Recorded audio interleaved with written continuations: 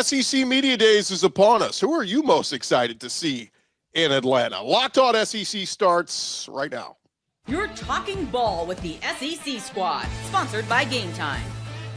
From Alabama to Tennessee, from Georgia to Oklahoma, from Auburn to Texas, it's the local experts of the Locked On Podcast Network bringing you scoops, breakdowns, and the most comprehensive preview of the upcoming SEC weekend. It's the SEC Squad, and we have a seat for you. Hurt feelings and thin skin are prohibited. Squad up, you're part of the SEC Squad.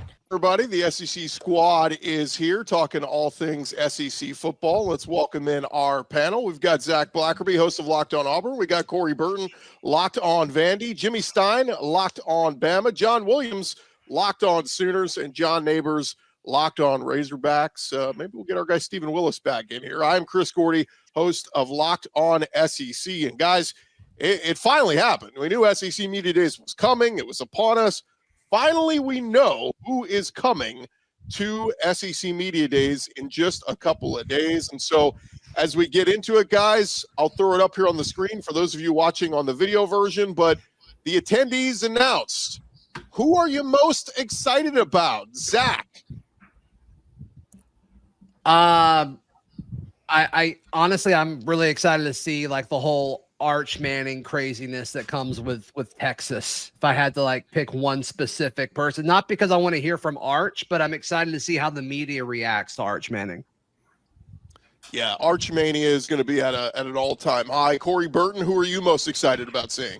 Well, the human soundbite, Diego Pavia, to see what he's going to say next is always interesting. Always makes for good TV. And Vanderbilt's going to kick it off on Monday too, so they're going to get started right away. John Neighbors, Arkansas has got a pretty good grouping here. Who are you most excited about seeing?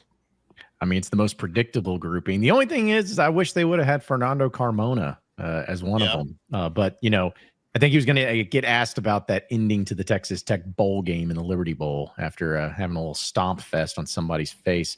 But either way, I think that there's a lot of interest for a lot of different teams. Arkansas, you got Taylor Green again. And anytime you talk to the starting quarterback, especially a quarterback that's, a starter last year and is returning, kind of a rare thing these days. But I'm interested in Taylor Green, but I'm with Zach too. I think Arch Manning might be, I wasn't there for the Johnny Manziel days or the Tim Tebow days, but maybe there'll be something close to that as far as the mania goes. Yeah, they were all rock stars, and they're given right. I mean, it's going to be nutso. Everybody wanting to talk to Arch. John Williams, who are you most excited about? Well, the easy answer would be my guys, but actually, I'm curious to see how Jackson Arnold performs in front of the media. He's not somebody that's very outspoken or super outgoing. At least he wasn't when he was with Oklahoma. How's he going to respond to some of the questions about how last year went, what he's looking forward to with Auburn? I mean, he's got every opportunity to rewrite the narrative surrounding who he is as a quarterback. Yeah, this is a guy who was super talked up and propped up when Oklahoma went last year. Yeah, John, I know, John, you're a big Jackson Arnold guy, especially when it was with your Sooners. But I've been saying this the last few weeks, I think Hugh Freeze had to take Jackson Arnold because I think it becomes a big story if you don't take him. And so some folks were a little surprised, but I think taking Jackson Arnold will be interesting, but definitely the right call by Coach Freeze. Yeah, I think it'd be funny if the question for Jackson Arnold was, how much have you enjoyed working with Hugh Freeze? And he goes, Coach has been mostly on the golf course. I haven't really talked to him much this offseason. We make a great scramble pair. Driving that joke into the ground. Well done. Stephen Willis, who are you most excited about from the SEC?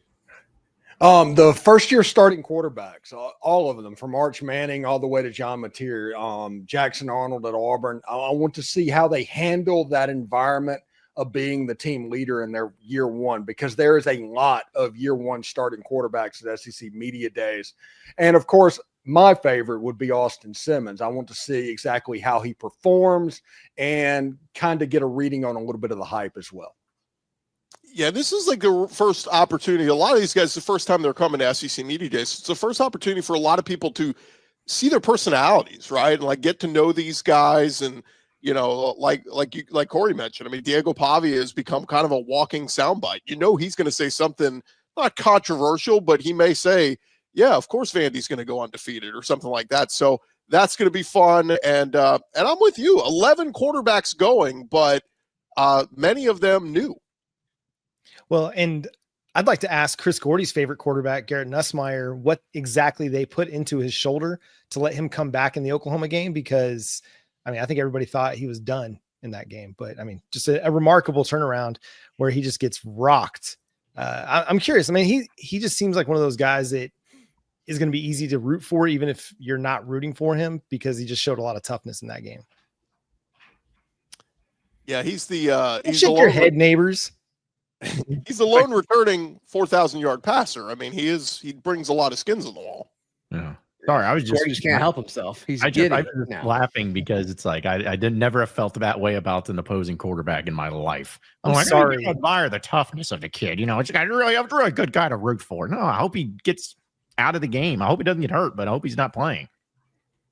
Any quarterbacks not going that you guys were surprised on? I was a little surprised not to see Marcel Reed with Texas A&M. Is there anybody else? Bo Pribula, probably.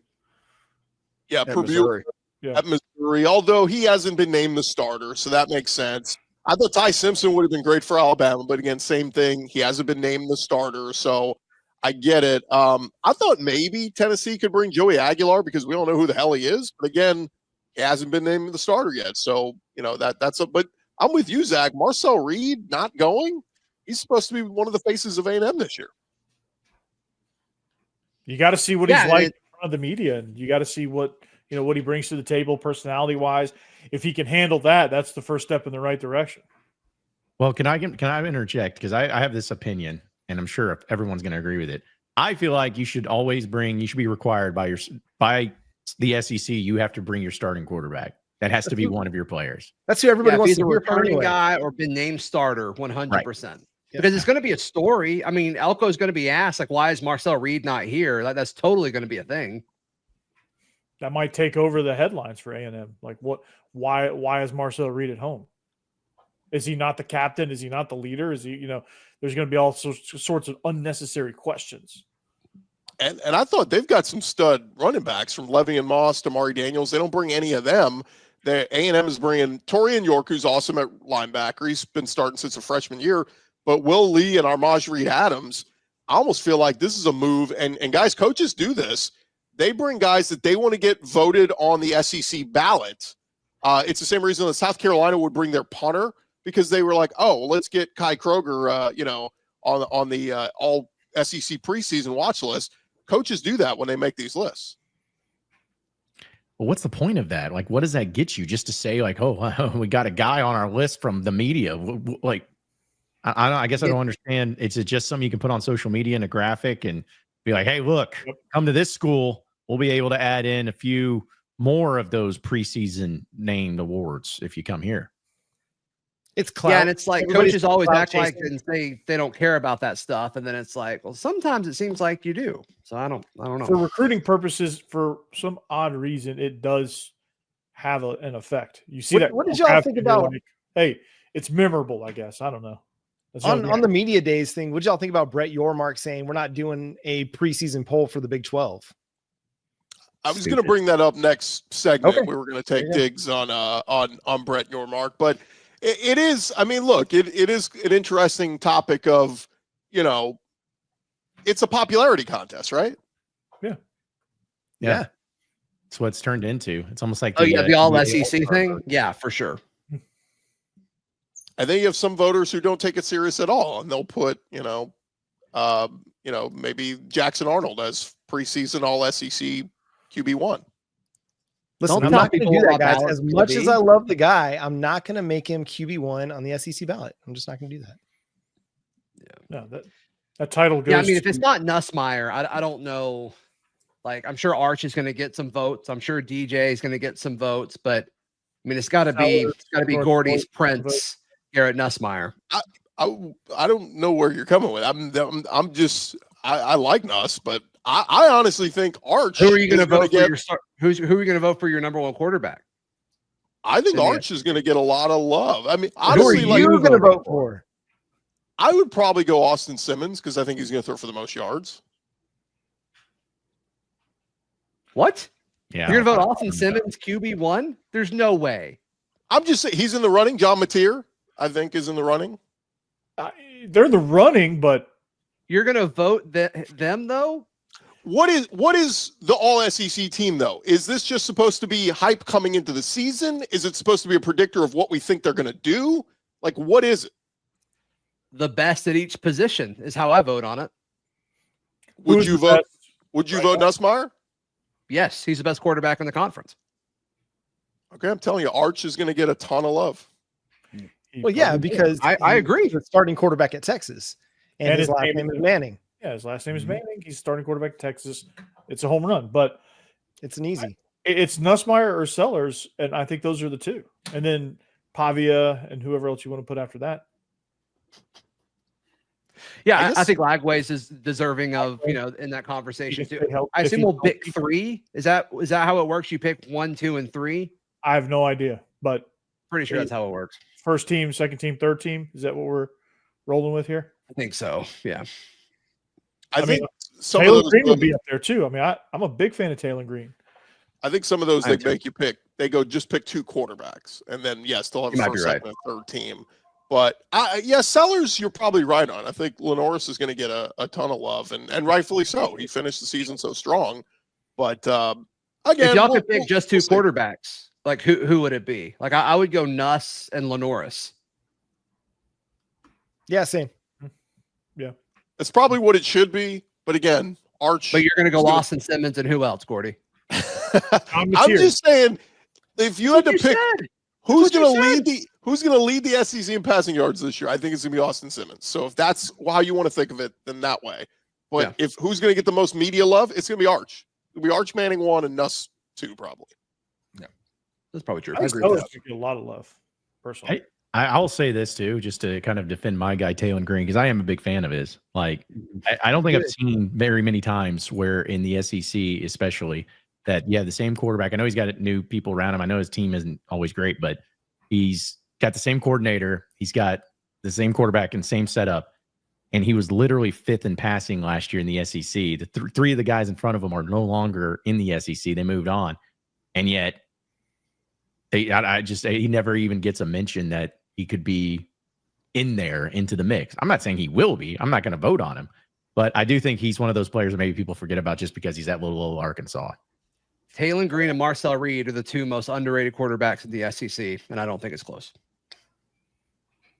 Taylor's got to cut out the turnovers, and Reed's got to be more of a consistent passer. Now, they got him the offensive pass-catching weapons to do it in the portal, but again, he was run first last year, and he needs to develop as a pocket passer a little bit more. But when we return here on the Squad Show, we've been too serious here. We got to get into Brett Yormark. That joker over there in the Big 12 made some comments yesterday. That's coming your way next.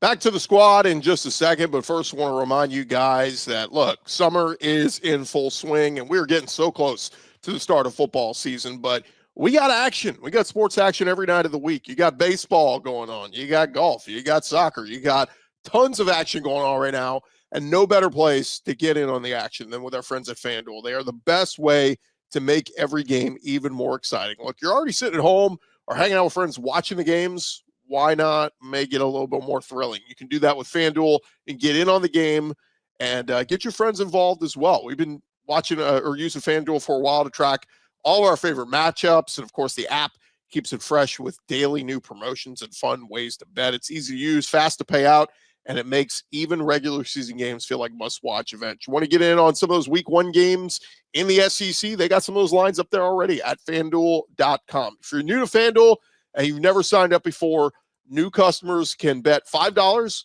and you'll get $150 in bonus bets if your first bet wins. You open the FanDuel app today or get signed up visiting FanDuel.com to get started. FanDuel.com.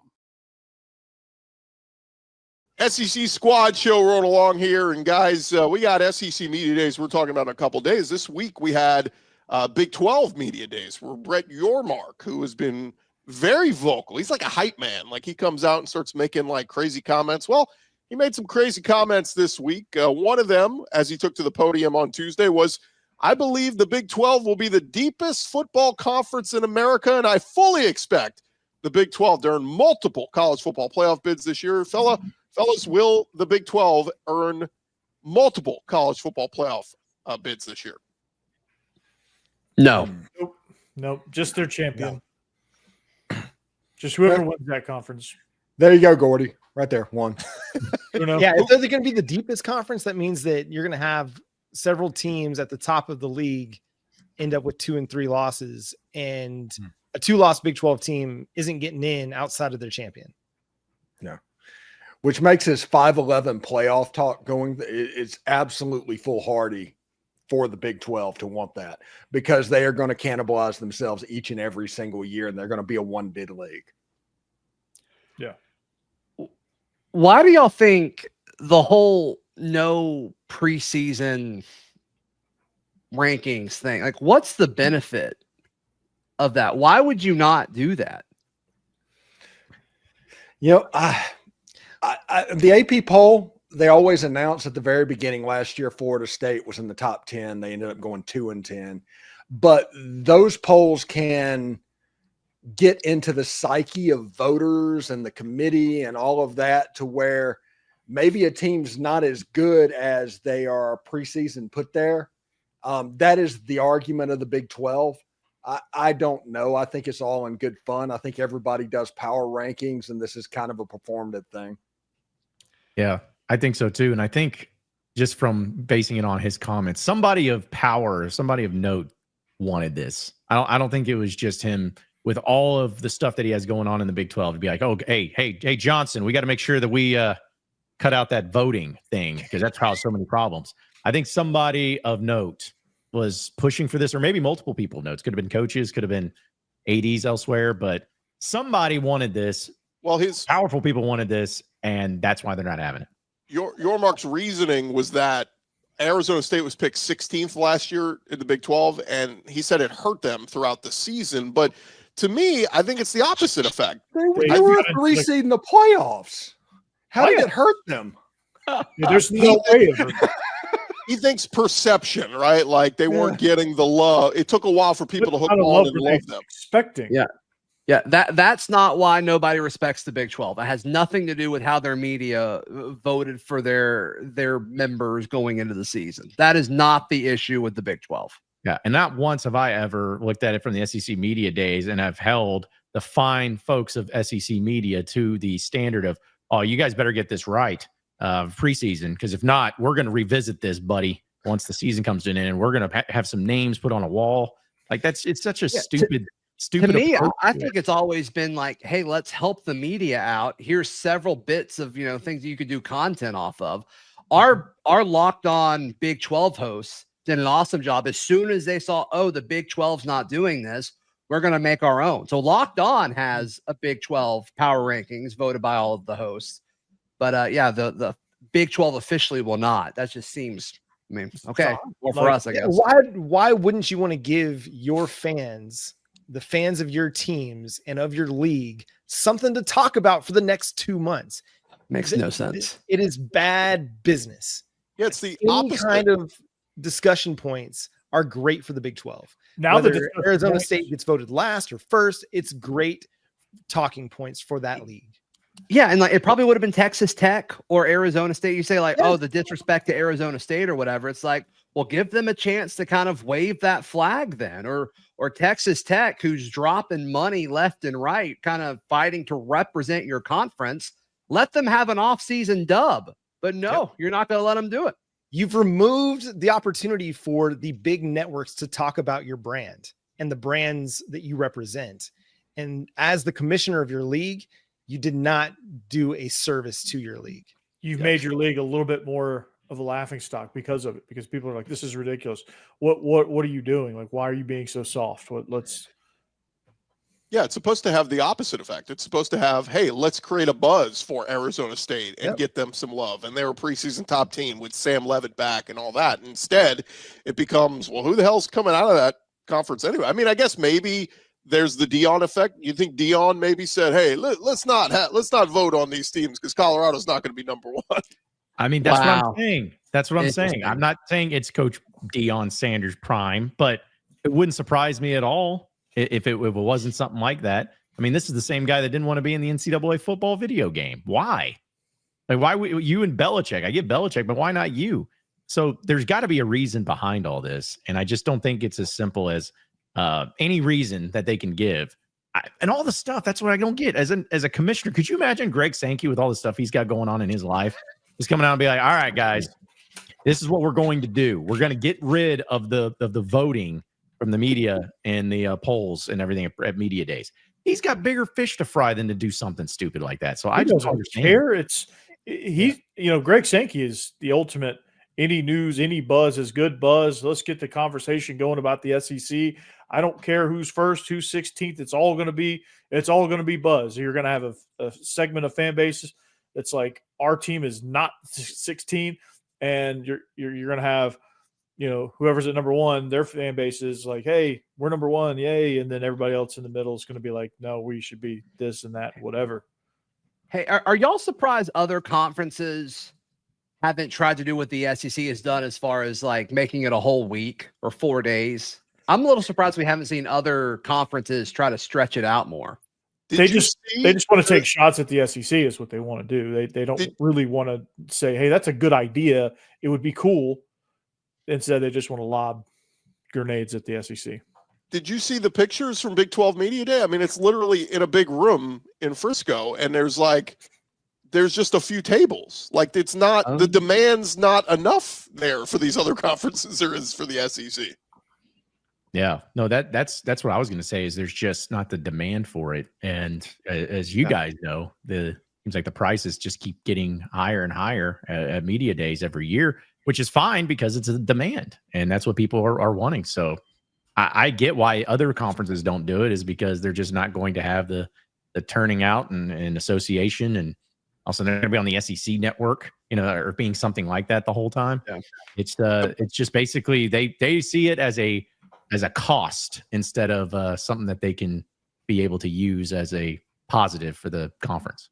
The Pac-12 tried to make theirs appealing a few years ago by having theirs in Vegas, and that got some people out. But like the SEC had theirs in a freaking mall in Birmingham, Alabama for years and still had the turnout. So it just goes to show. I mean, the conferences can do whatever the hell they want. Maybe the Big 12 should try that. Go to Vegas. Maybe you'll get more people. I miss it being in Hoover, by the way. I'm just going to put that out there. Yeah, I bet you do. I think that the whole thing is you got to make it cool. And I think that the more zany and wacky that you can make it, or at least be perceived that way, I think more people are going to pay attention to it, because I think that's what SEC Media Days was kind of built on.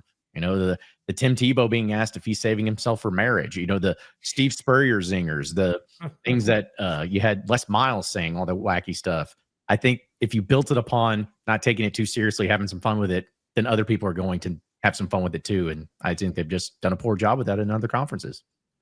And the weirdo Bama fans in the lobby, with wearing the hats and carrying the hammer and stuff, like they're not doing that at Big 12 Media Days. Like there's no fans showing up to that. So not everybody can be as cool as us, Gordy. The SEC, not everybody can be that. It just means more. Speaking of that, when we return, guys, it just means more on the recruiting front. We'll talk about a couple of the SEC schools who are absolutely crushing it. We'll get your thoughts on the evolution of where we are recruiting wise. More Locked On SC or Locked On Squad Edition right after this.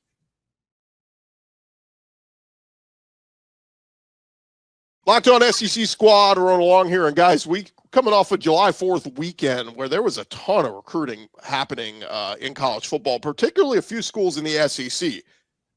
Texas A&M had a great showing, and Alabama, Kalen DeBoer, picking up 5-star after 5-star this past week. I'm curious, you guys, what's the perception? Because Kalen DeBoer coming off his first 4-loss season in Alabama, everybody was wondering, can he follow in Saban's footsteps? Is he the guy? What do you make of Alabama crushing in recruiting? Is this simply opening up their checkbook? I saw pictures of Saban with recruits, so that could have something to do with it. I didn't feel like it would take very long for DeBoer to get his feet underneath him. Sometimes you're going to have a year that isn't up to expectation, but it's not because he hasn't been recruiting well. And he has a track record of success dating beyond Washington. Like, he's been a really, really good coach at the FBS level for a long time. All it takes is time, and recruiting takes time, relationships. And yes, in this day and age, it takes a pocketbook to get it done as well. but it just takes time. And he's built those relationships and he's done a great job on the recruiting trail, but he's just a good coach. John Neighbors, you can speak here of this group as having the highest rated recruiting class of the group. What has Sam Pittman and Arkansas been doing as they sit still the top 25 recruiting classes? Yeah, stop the count, right? Just go ahead and get that ranking in. Listen, I think you can look at that list and see why. It's because they have the number of commitments that they have, and they have really put a focus on it, which I just think it's an interesting situation because Sam Pittman, a lot of people felt like he should have been fired after last year. So he's really got it all on the line this season. And with the December signing period, all of that, I think most Razorback fans, they look at that and be like, oh, great. Who cares? Because there's going to be so many things that could change. Sam Pittman could not even be the coach in December. Or if he is the coach in December, what does that mean of the Arkansas program, what they actually do? And if that's the case, how many of those kids are actually going to stay committed to Arkansas? So I think it's cool to see. Arkansas is never going to sniff a top 10 recruiting class. They never have, really. So you'll take it right now, but I think most people are just in wait and see mode of see what it's even going to look like in general in December instead of the class of recruiting.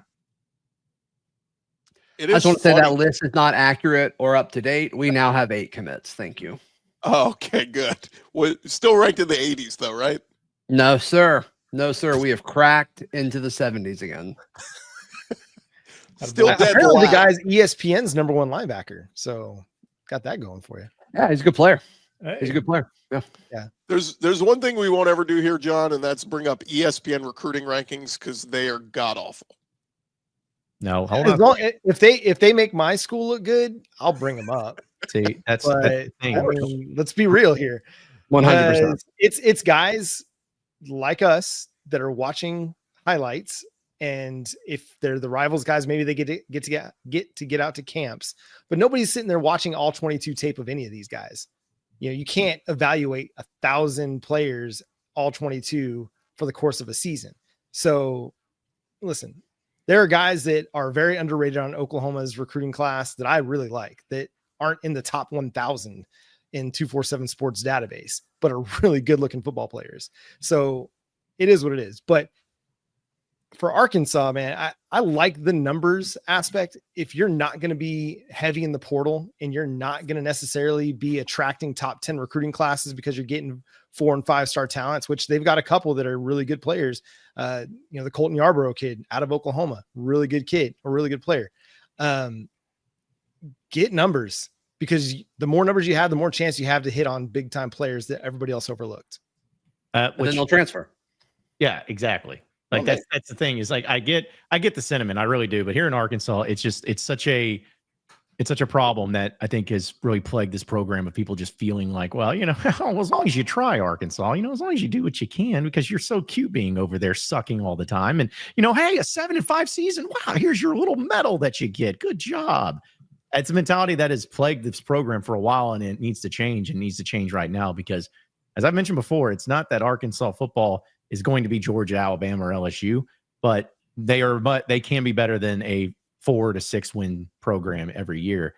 And so with the NIL and with everything that's changed, that was a time for Arkansas to really step forward, because they do have some major companies in this area that can really help out with that. But there's been a lot of things going on that's kept them from it. That's what's the whole toxic situation is. You should be doing better. If you can't be great in the transfer portal, then be great in recruiting, or vice versa. But you can't be average or below average in both, because then you're just going to be an average to below average team every year. I should bring up the top schools here: Georgia, A&M, and Alabama. Sitting up there at top of the recruiting rankings. Hayes Fawcett, for those who follow his big announcements on recruits, it's basically been a trend here in the last 2 weeks where it's basically been an Alabama, an A&M, an Oregon, or a Notre Dame recruit has been basically announcements. And I saw he sent out a tweet the other night. He's like, "Oh, big news coming!" And somebody tweeted, they said, "Let me guess, Oregon outbid A&M." And that's kind of what it's become. Like, they've become the big spenders here. And it kind of loses what recruiting was all about, guys. Like, remember, it used to be about selling the kid on, oh, you're going to be a stud here. Come to this school. We're going to make you the best and all this. And now it's just who can write the biggest check. And it kind of sucks. Very anticlimactic, but Nike does have endless pockets, so I'm not surprised there either. Yeah, it sucks, but at the same time, it's just kind of been public now, and I think it's been going on for a while, and it is a good perception. But that's why I've always felt like you got to do more in the portal than I don't. Why would you spend so much money on a high school kid? I get if it's somebody like an Arch Manning, that's coming out and is like a once in a generational type of player or talent. But like Arkansas got in that situation with, I never say his last name right, but Nico Iliamava, whatever, his brother Madden, who went to Arkansas, then bounced, took $500K. It was like, see ya. Like, why are you paying $500,000 for a four-star quarterback that's going to be third string? It just doesn't make sense to me. So, I get it. I would just, if I had all the money, if I had spending it, I'm going into the portal more often than not. And hey, high school recruiting, maybe a little bit, but go get guys that are proven in college football more so than projects or potential at this point. Yeah, if you're going to spend the money, yeah, absolutely. And I think that's what Oklahoma is going to be focusing more on. Like, they're going to focus relationships on the guys that are, yes, blue chip prospects and your 3 stars, trying to unearth some kind of under the radar talent. And then they'll have a guy or two that they might spend big on in the high school ranks, but they're going to look for proven production out of the transfer portal. That Jim Nagy got here, and not long after he got here, he pulled Jaden Ott from Cal, former 1,300-yard rusher. And so I think that's going to be their modem of operation is, hey, listen, we'll recruit high school. We're going to be all in that way as well, but we're not going to overspend for high school players. And I think Kirby Smart feels the same way. I mean, he said it not long ago, like, why am I going to pay a high school kid more than a 5th-year senior that starts on my offensive line? And I think a lot of coaches are going to feel that way. It's not going to be the thing that is popular among high school recruits, but if you want to go play at Georgia, you're going to have to do it on our terms. And I think that's a good approach for coaches. Didn't we just see Texas Tech is the first school I think we've seen publicly announce the financial deal that they signed Felix Ojo, his top offensive lineman, to a 3-year, $5 million deal, which is great. It's weird as hell to see that. People are like, it's the NFL now. But the other part of it is, what happens if he sucks? That money's fully guaranteed, right? Like, he's getting every cent of that. Some of that's incentivized. So it's not like those are the guaranteed numbers. That's what it could be up to based on performance. Which I didn't think you could do. I didn't think you could do performance. Some of the language also is if the rev share cap goes up, then his pay could go up based on that as well. Yeah. Well, to me, I think it's more so than forget. Yes, you want if you're Texas Tech, you want them to be great and everything.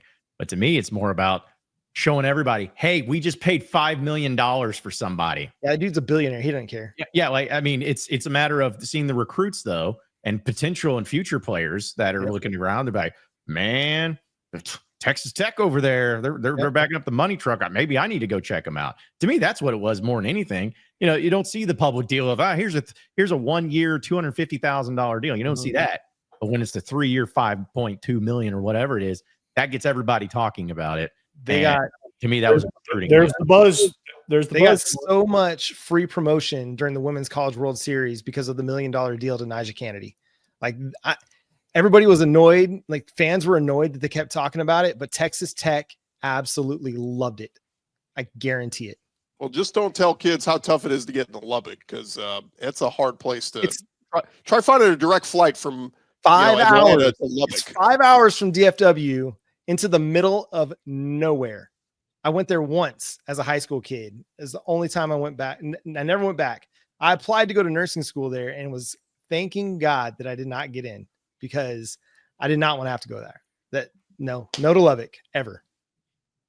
It's easier to fly into Auburn, Zach, than it is Lubbock. So you got that going for you. Like, we're like an hour and 15 minutes. If you're in the Southeastern Conference, like, if you're in Auburn, where can you get to in 5 hours?